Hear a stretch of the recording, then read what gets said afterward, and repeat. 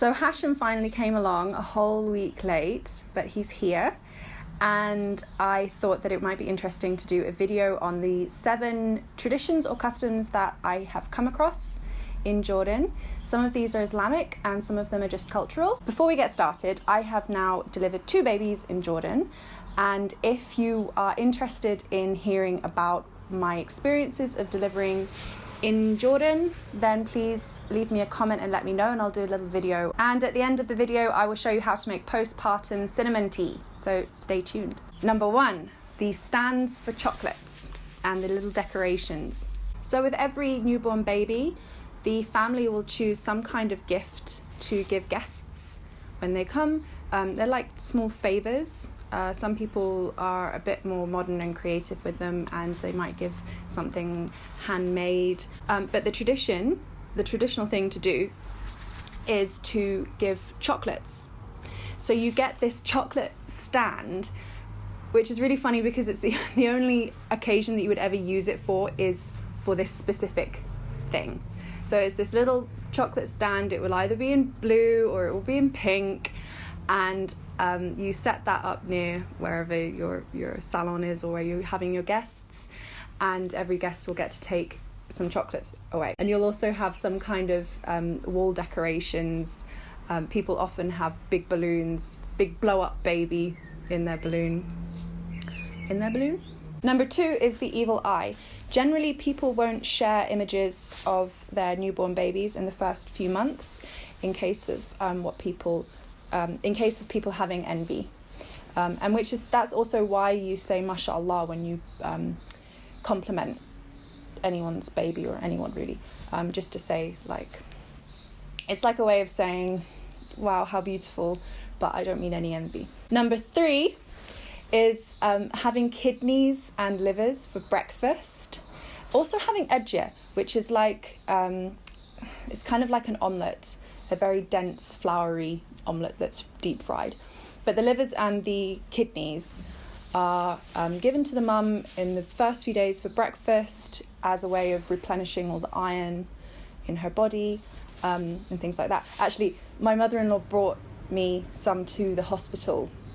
I had a problem with my blood and I was quite anemic after I gave birth.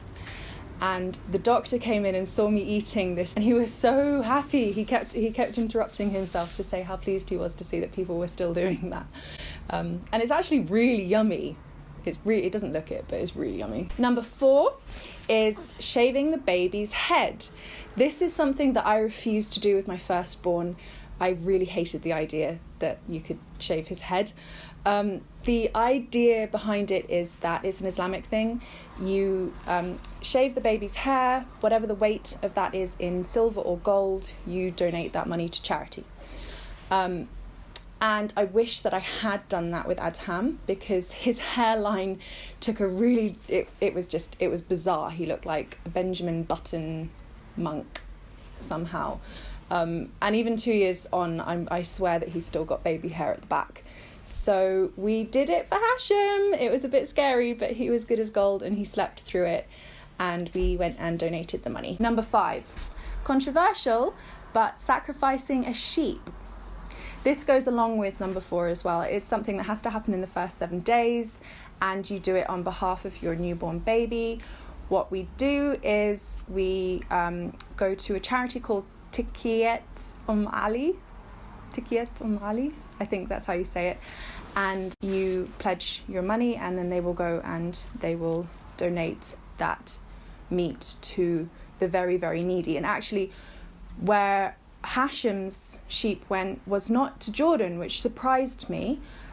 They've got Jordan covered, so they're sending it to Sri Lanka, I believe, to where it's most needed. Number 6 probably is quite a universal thing, but Jiddah or Tata gets to choose the outfit that the baby leaves the hospital in.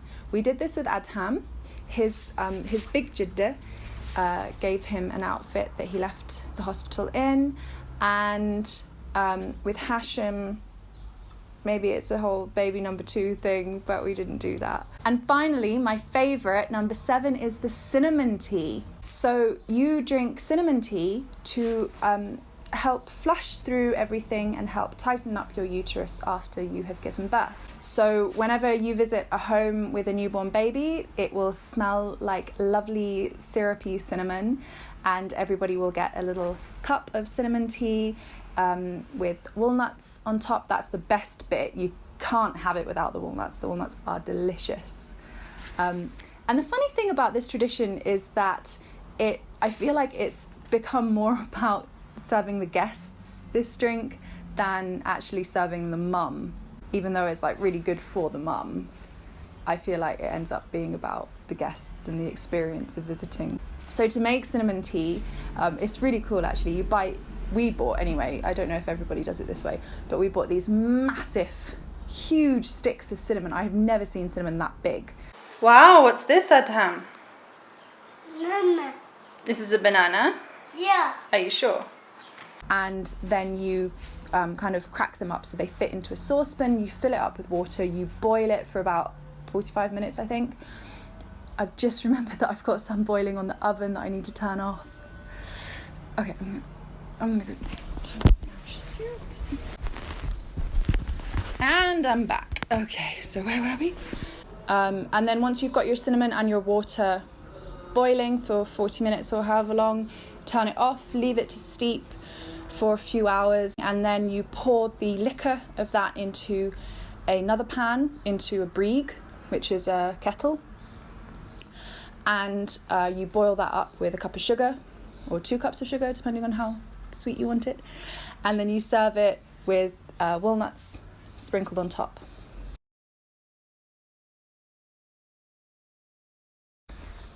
And it's delicious. So that's all I've got for today. Again, if you want to see a video about my birthing experiences in Jordan, then please drop me a comment.